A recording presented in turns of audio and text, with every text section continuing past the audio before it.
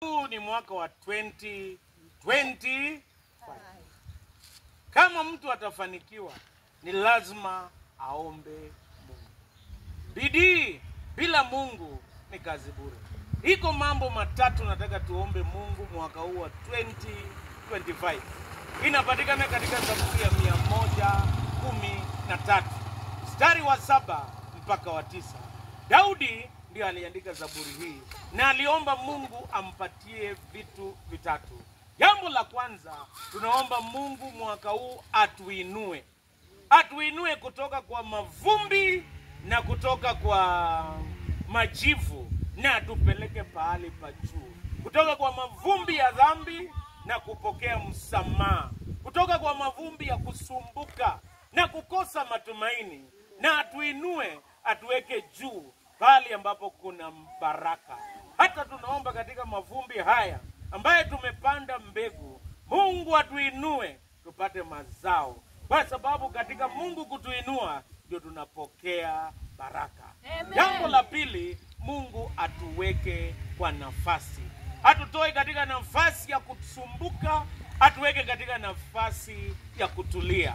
Atutoe katika nafasi ya kukosa amani, na atuweke katika nafasi ya kuwa na amani. Katika familia yako, katika shughuli zako na watoto wako, omba mwaka huu Mungu akuweke kwa nafasi.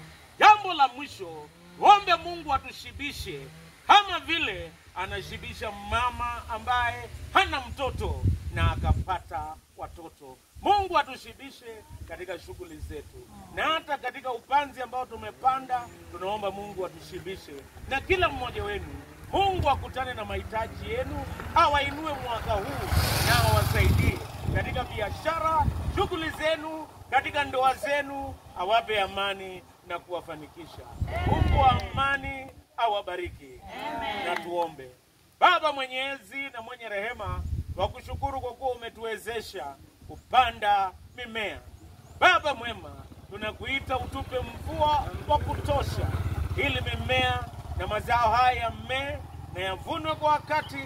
Utakinga walaji na utahifadhi, kwa kuwa ni Mungu mwema. Bariki kila mmoja ambaye ametusaidia katika kazi hii. Pia ninaomba Baba mwenyezi uwainue, weke kwa nafasi na uwashibishe na haja za mioyo yao. Baba mwema, tunaomba utatubariki katika nchi yetu ya Kenya na wakulima wote ambao wanapanda wakati huu. Ubariki mazao yao. Tunapoondoka na kwenda nyumbani, wacha baraka zako ziwe juu ya shamba na mchanga na mbegu na mbolea, na iandamane pamoja na kila mmoja wetu na biashara zetu na kazi zetu zote, kwa jina la Mungu Baba, Mwana